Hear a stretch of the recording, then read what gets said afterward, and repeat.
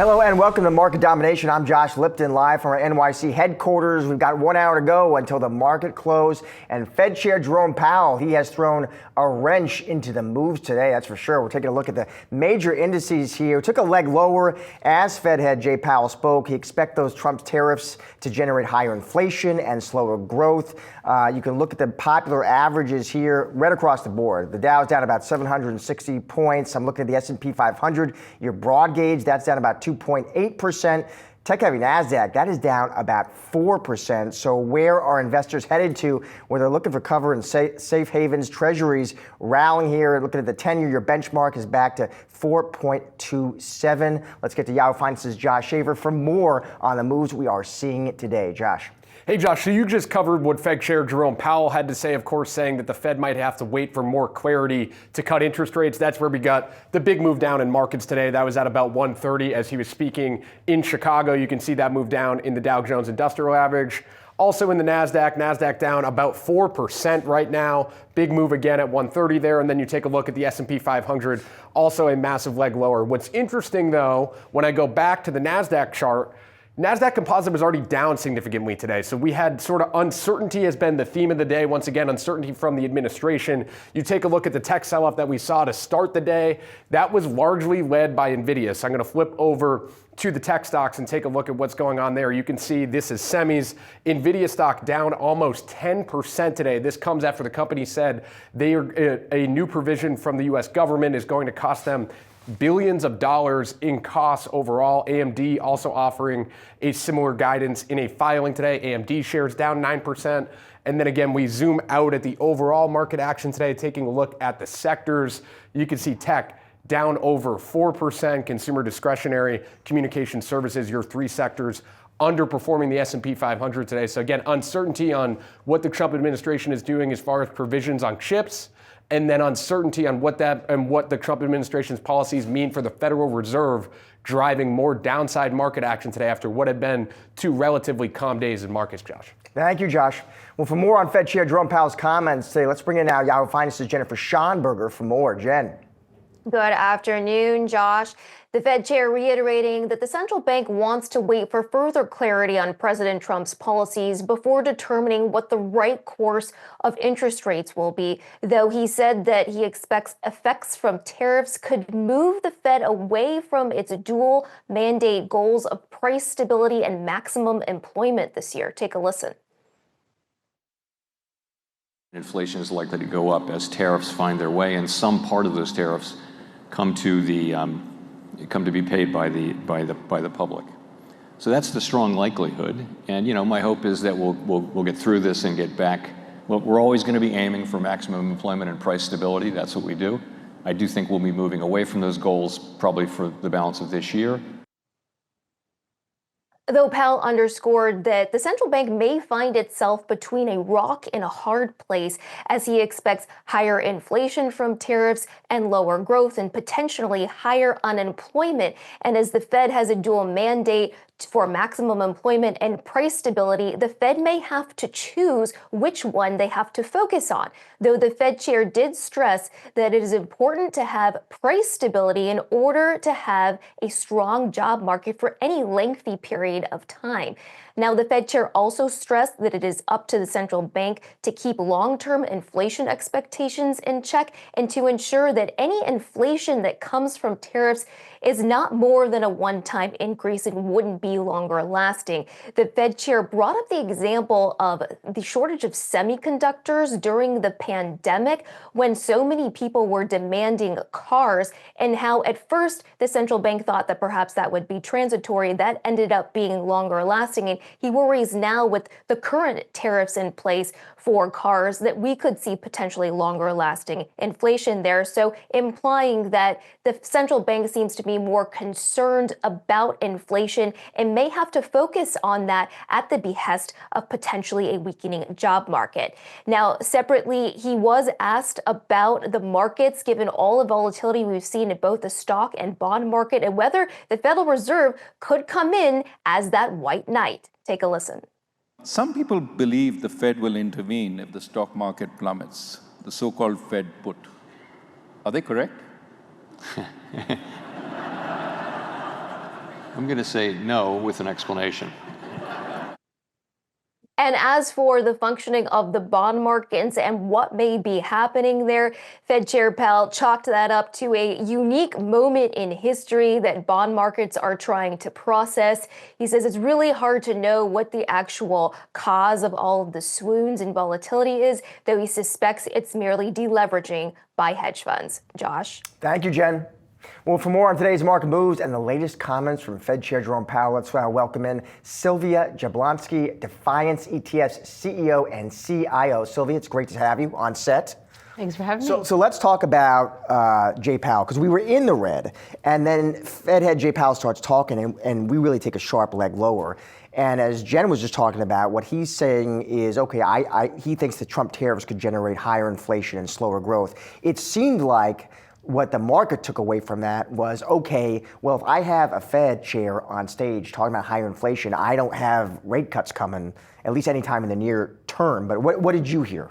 Yeah, I mean, I think I heard the same. And what this comes down to, I think, is this continued level of uncertainty in the markets, right? So for a couple of weeks there, we were so worried about whether or not there was a presidential put, right? And then all of a sudden, the high stakes poker game pulled back a little bit, and lo and behold, we may have some sort of, agreement on tariffs or a better situation in the market like that. And I think in the background, the market always kind of thinks there is a Fed put, right? And he has been historically, or he has been recently dovish at least. This felt a little more hawkish. And Sure. I agree. It felt like Fed Powell matched the market. If he's uncertain, right? And that's why we see this volatility in the pullback.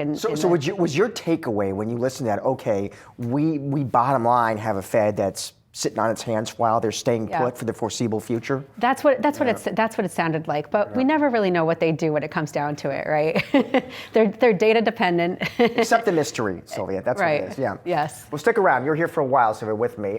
Moving on to another top story today. Nvidia sinking. So after the chipmaker disclosed that it would take a $5.5 billion hit from the U.S. government's surprise new controls on its semiconductor exports to China. For more on the latest, let's welcome in now Daniel Newman, Futurum CEO. Daniel, it is great to see you here on set. Appreciate it, from Texas.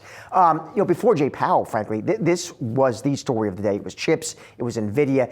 Nvidia is down here, Dan. It's down about 10%. It's getting clobbered in today's trade. I guess two questions to start. One, Dan, were you surprised by that news when you saw those headlines? And two, do you think down 10%, is that move justified in your opinion?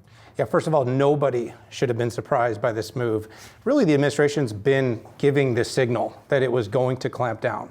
Now, what was interesting is this week there was a bit of gyration because they cut this deal. They announced $500 billion of AI supercomputers being built here in the United States. And then a day later, he pulls back on this new export licensing requirement. Well, to bring that up, Dan, that is an interesting point, because there were some folks who thought Jensen Huang was going to be kind of shielded from this. Yeah, he made a deal. I had a few reporters actually hit me up. Do you think there was some tit for tat going on? And first of all, I think President Trump needs to show that there is no tit for tat. So whether it's Tim Cook bringing more manufacturing here, whether it's TSMC coming here.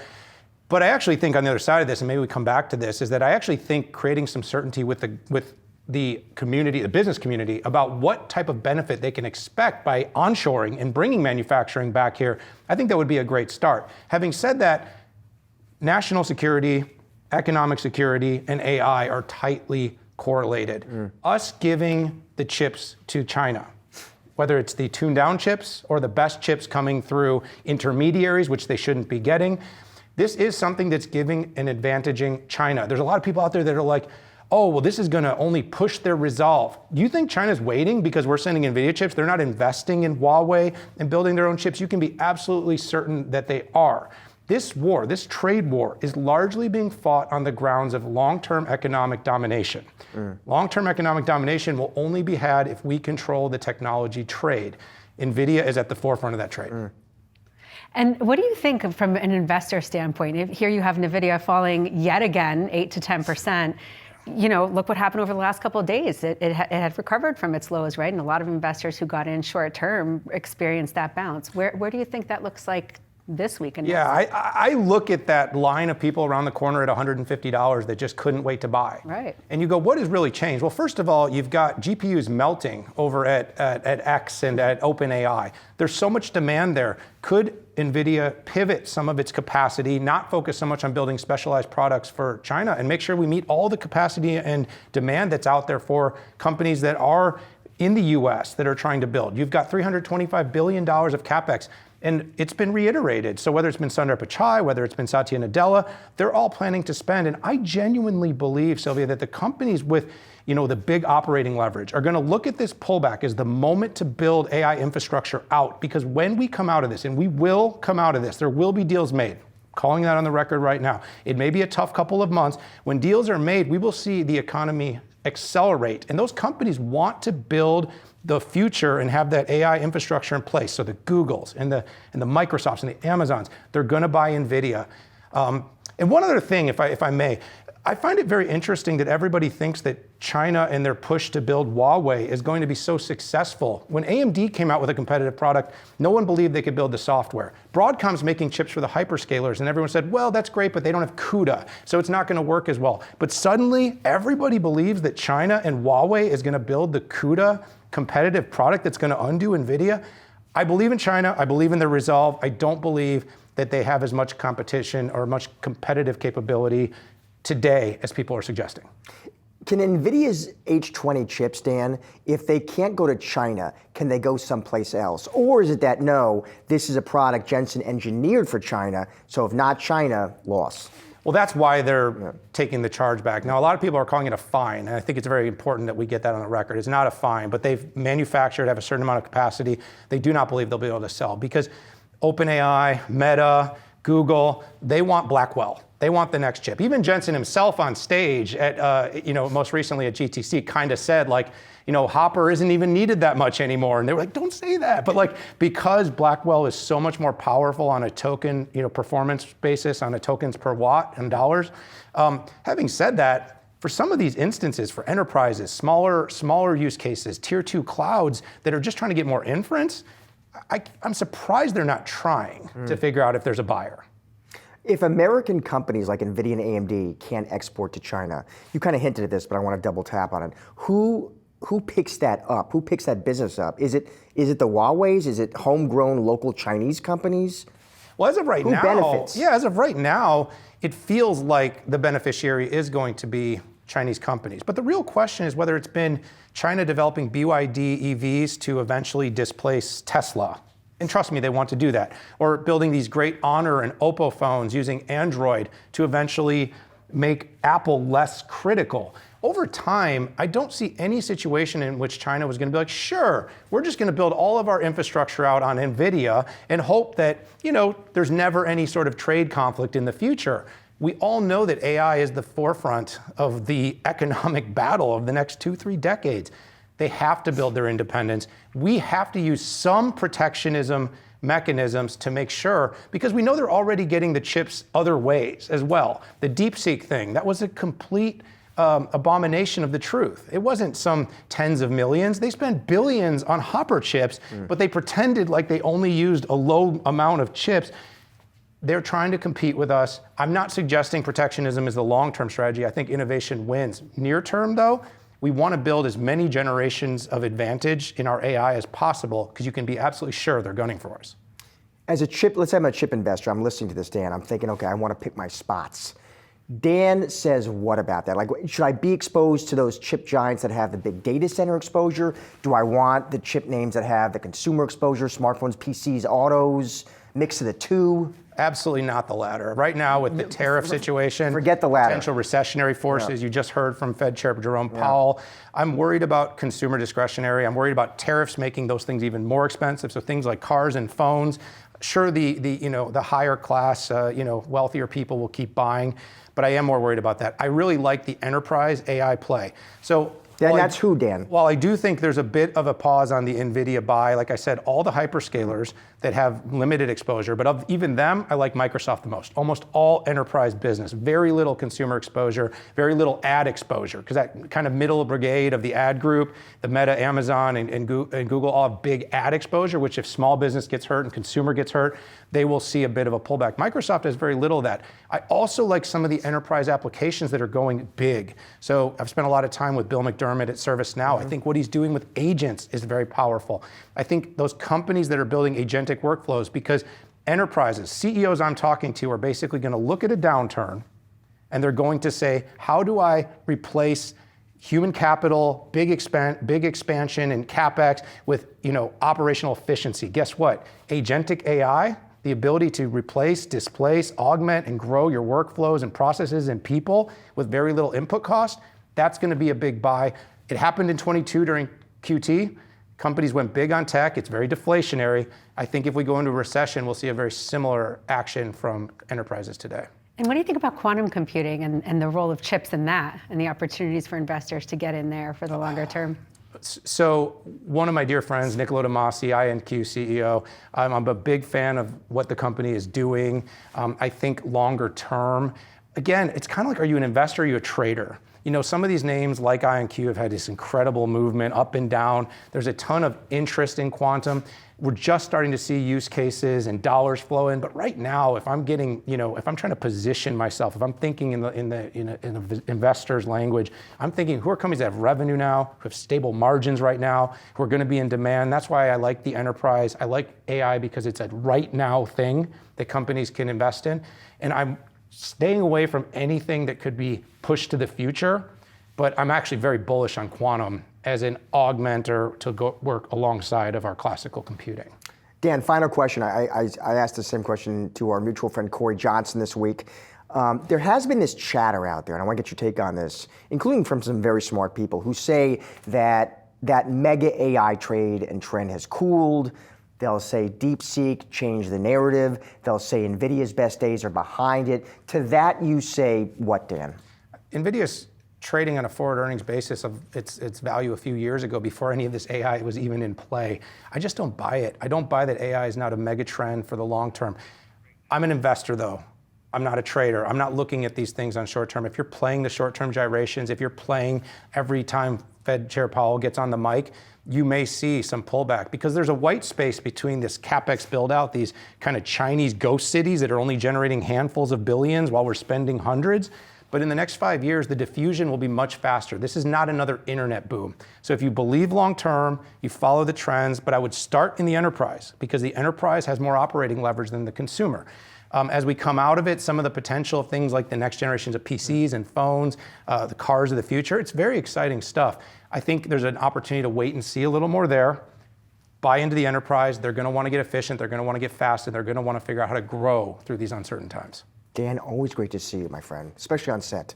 Thank you for joining us. Thanks for having me. So you are sticking around with me for a while. From you throughout the day, more market domination coming right up.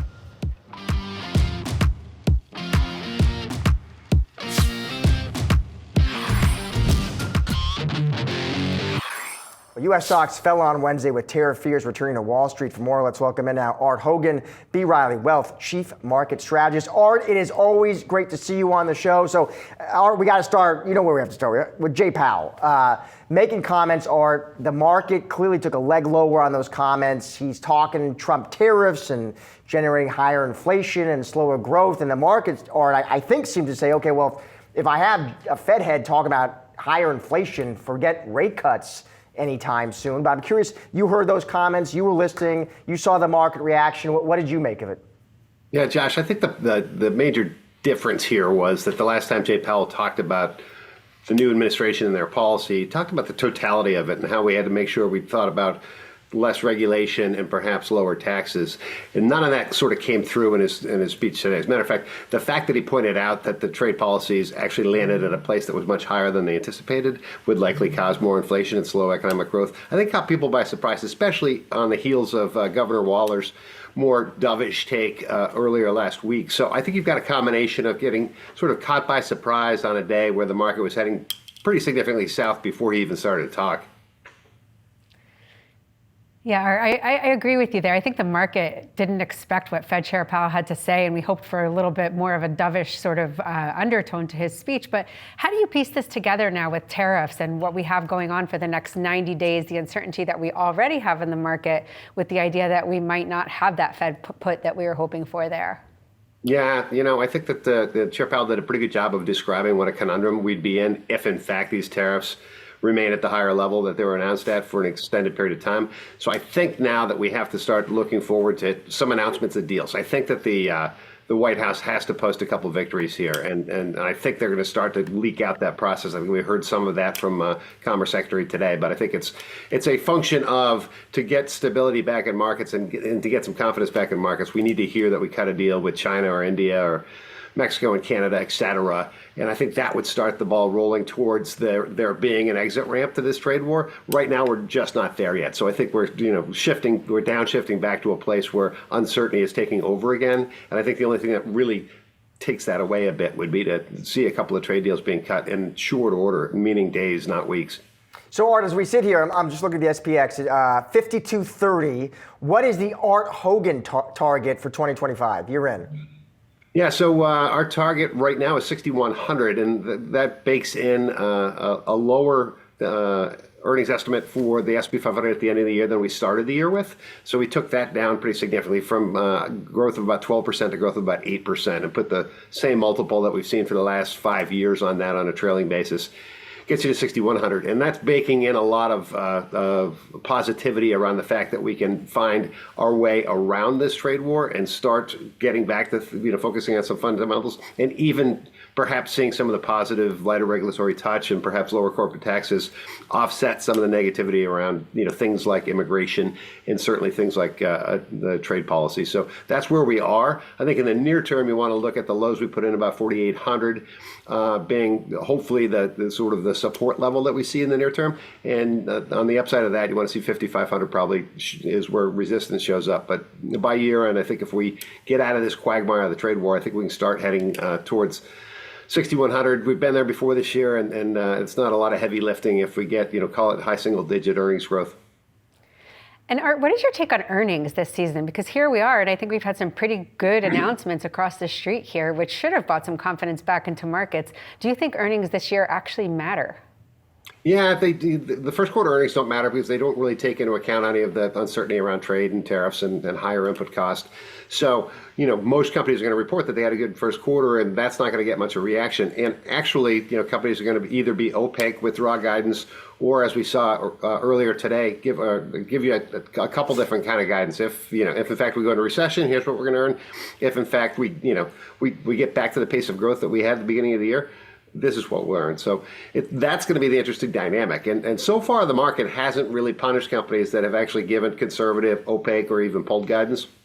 I don't know if that will continue over the course of the next 2 weeks, but for the first 2 weeks, it's been okay to say we really don't know because, quite frankly, if I'm running a company, I probably don't know what my earnings are going to look like in an environment where I don't know what my input costs are going to be. Art, as we're talking here, stocks, accelerating losses. The Dow's down 960 points now. The S&P 500 is down more than 3%. Viewers are wondering, what do I do with my money here? You argue what they should be thinking about is a kind of barbell approach, Art. What is that barbell? Define it for us.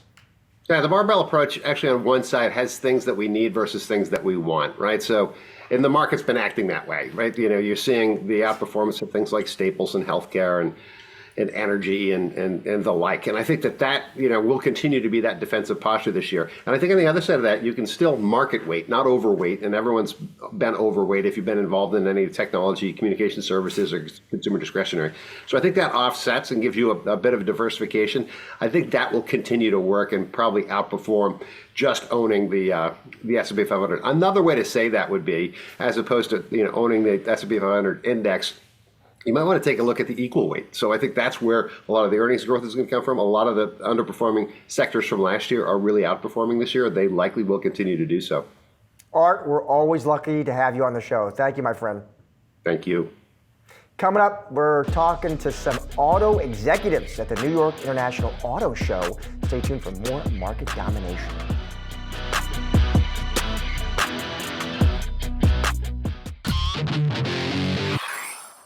The New York International Auto Show is going on here in New York City. Yahoo Finance senior autos reporter Praz Sumranian joins us live from that convention. Praz.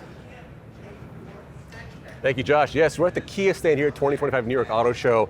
Lots going on here from both an EV and also an ICE or gas-powered car situation here. Joining me now, Steve Center, COO of Kia America. Thanks again for joining us. Pleasure. I really appreciate it. Before we get into these exciting vehicles, one right behind us, I got to talk to you about topic of the day here is tariffs. You know, last time we spoke, we talked about it briefly. We didn't talk about it post Trump's 25% sector tariffs, right? So what's sort of your response now? And we said last time, you said, we're not going to follow business rules, right? So what does that mean? Well, this is very complicated. And the impact of this is very unclear, although I can say a couple of things. It affects the whole industry, affects every automaker differently, depending on where your parts came from now, the metal in the parts comes from, the car's finally assembled. So every segment isn't impacted the same way. So for instance, our K4 is assembled in Mexico. Some of our competitors' products might not be. So in terms of how you interpret all this, we're trying to understand what the bill's going to be and how we're going to deal with it. But we don't have any imminent plans to raise prices as a result. We want to understand what the impact is and see how the market materializes going forward.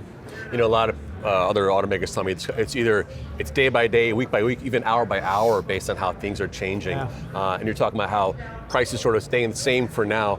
But one way that you can sort of control costs, and we've talked about this, is building in America.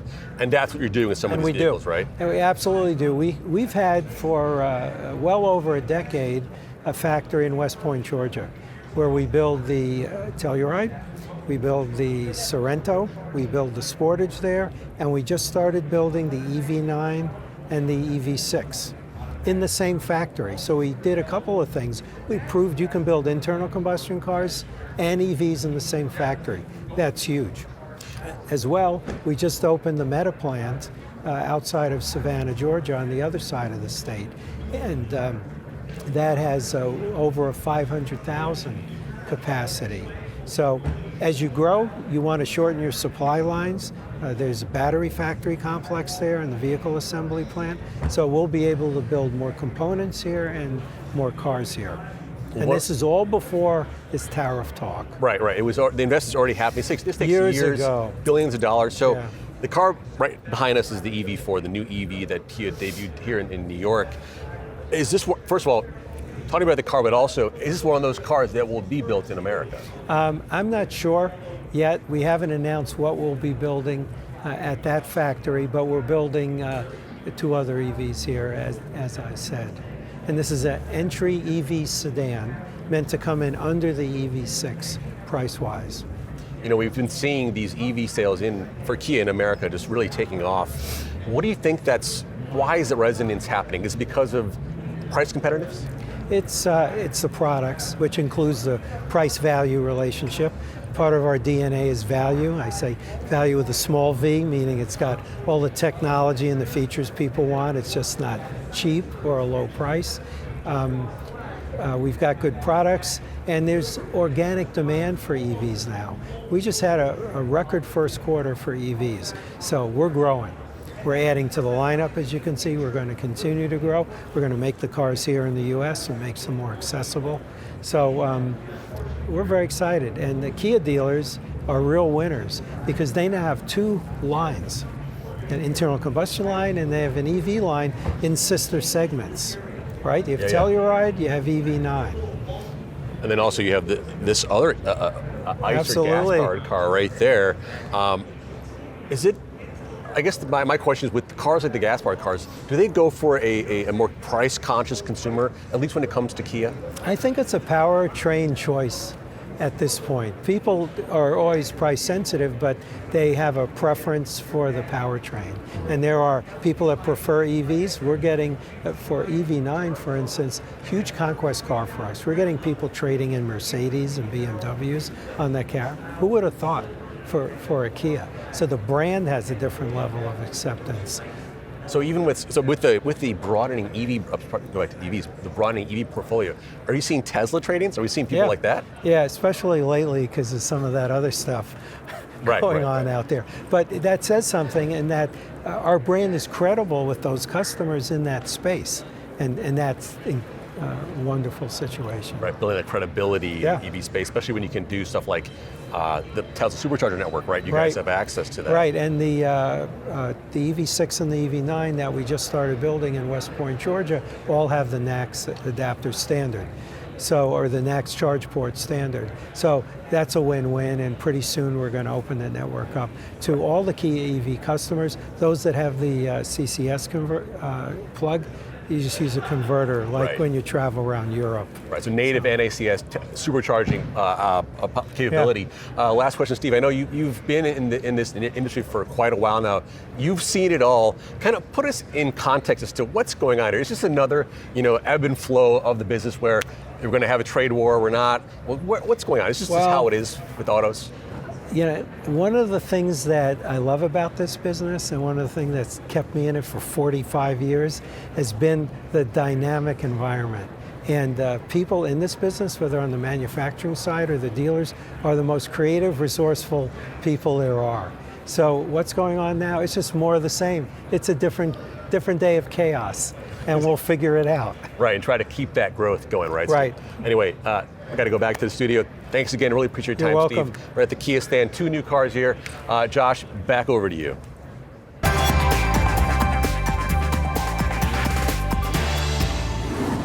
All right, now time for some of today's trending tickers. We're checking in on shares of Hertz, Abbott Laboratories, and Interactive Brokers Group, all in focus today. Let's start with Hertz, though, higher today after the Bill Ackman-led Pershing Square Capital Management announcing that it had acquired 12.7 million shares of Hertz stock, Sylvia. So Bill moves in.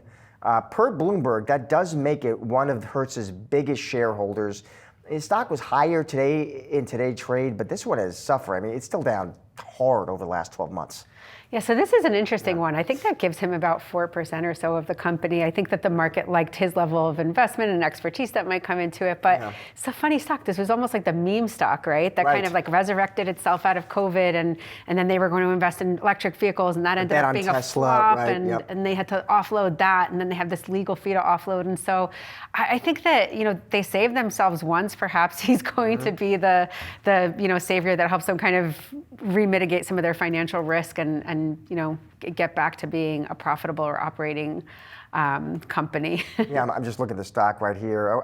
We showed the pop today, but this one, we're still down about 40% over the past 2 months. We'll see what Mr. Ackman can do. Work some magic. All right, next up, Abbott Laboratories, those shares also getting a boost today. It's after the healthcare tech company reported a first quarter earnings beat. So there was a couple headlines out of this one, Sylvia. So one, they said expanding U.S. manufacturing. They expect to spend $500 million on 2 facilities.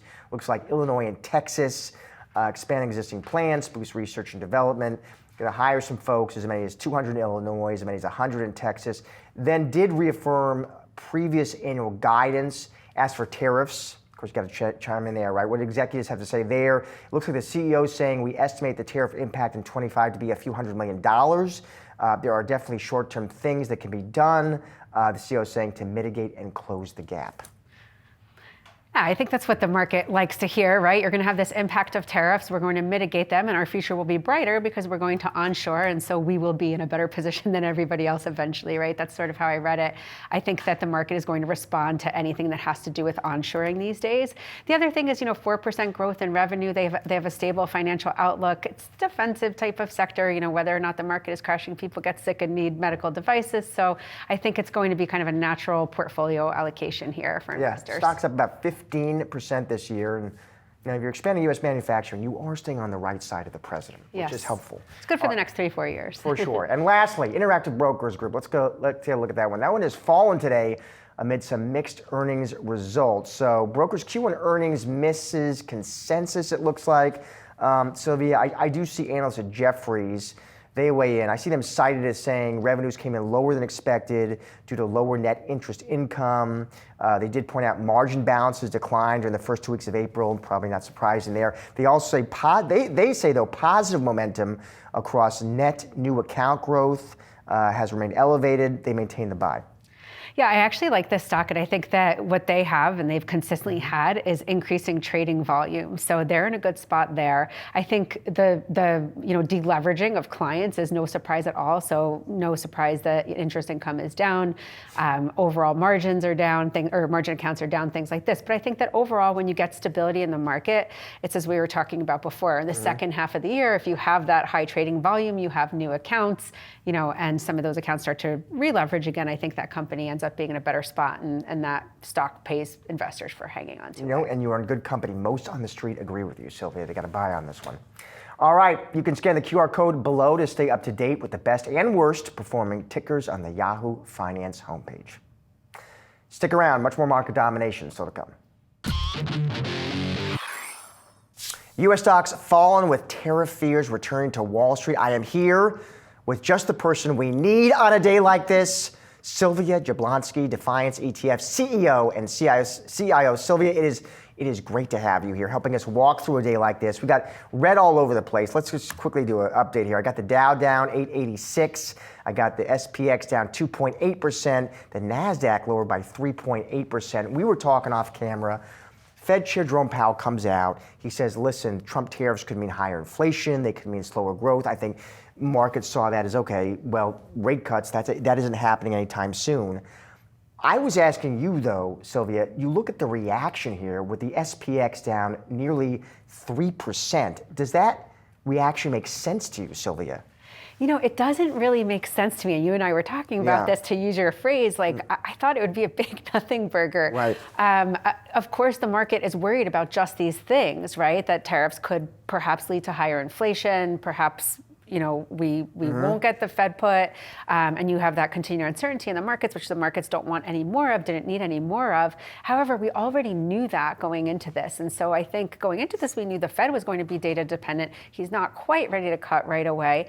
That push should be in the background. It feels like a little bit of an overreaction. I can understand the pullback on the Nvidia news in tech. Maybe we would have had a slightly off day, but yeah, this is a little more than I had bargained for. Let me ask you, on a day like this, but there's red everywhere, and understandably, it's spooky, it's scary. People are checking. Hopefully, if they're looking at their 401ks, they get nervous. Yeah. But listen, investors have different cash. They have different courage. They have very different time horizons. How should they be thinking about a day like today? Because it does differ, right?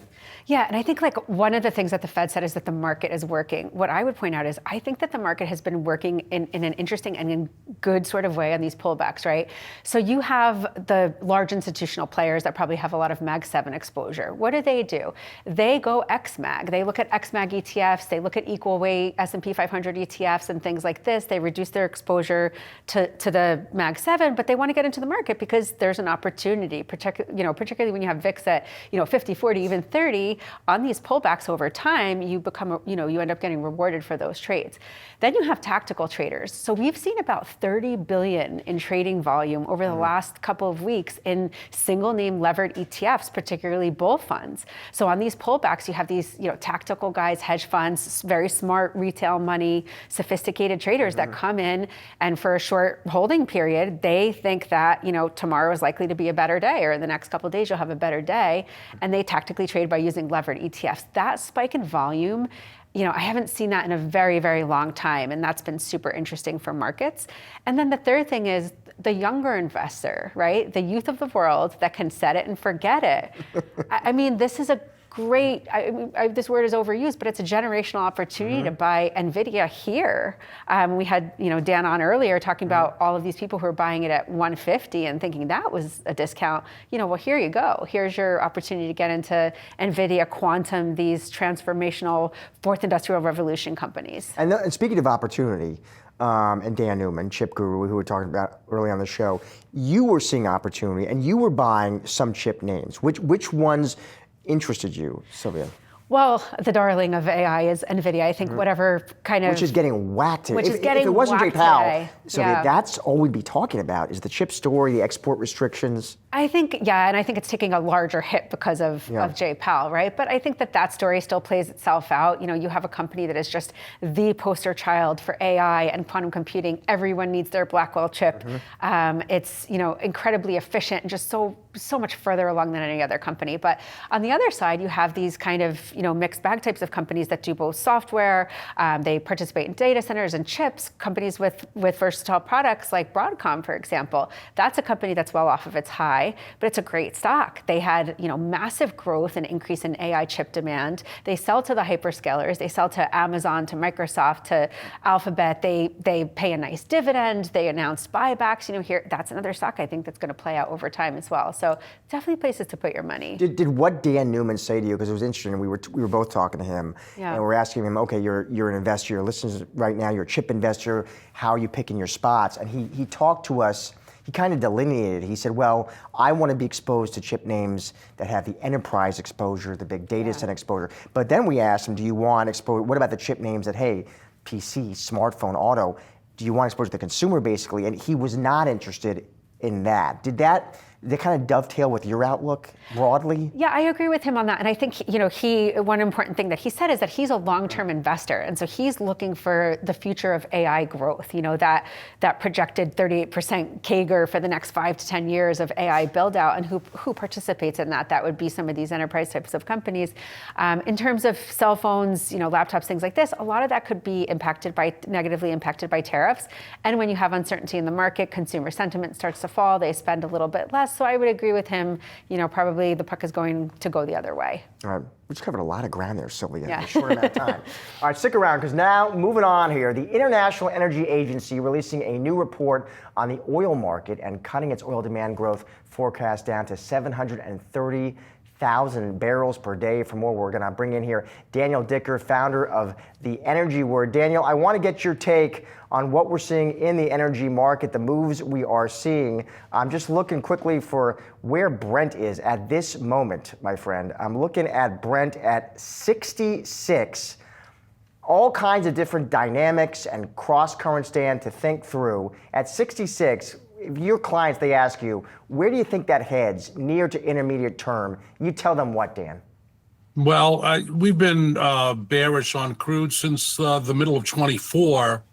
And obviously the tariff mess that's arisen has made a mess of even those bearish kind of ideas. And quite frankly, you don't have to be an oil expert or even a finance expert to see the dangers that oil prices will have when you start talking about either a recession you're already in or a recession that's about to begin or whatever. As much as we've seen a rally today because of some of the talk of a possible negotiation with China and the Trump administration, this seems to be, all to me at least, short-lived. And I think that for the most part, that oil prices are at the very least range-bound on the upside.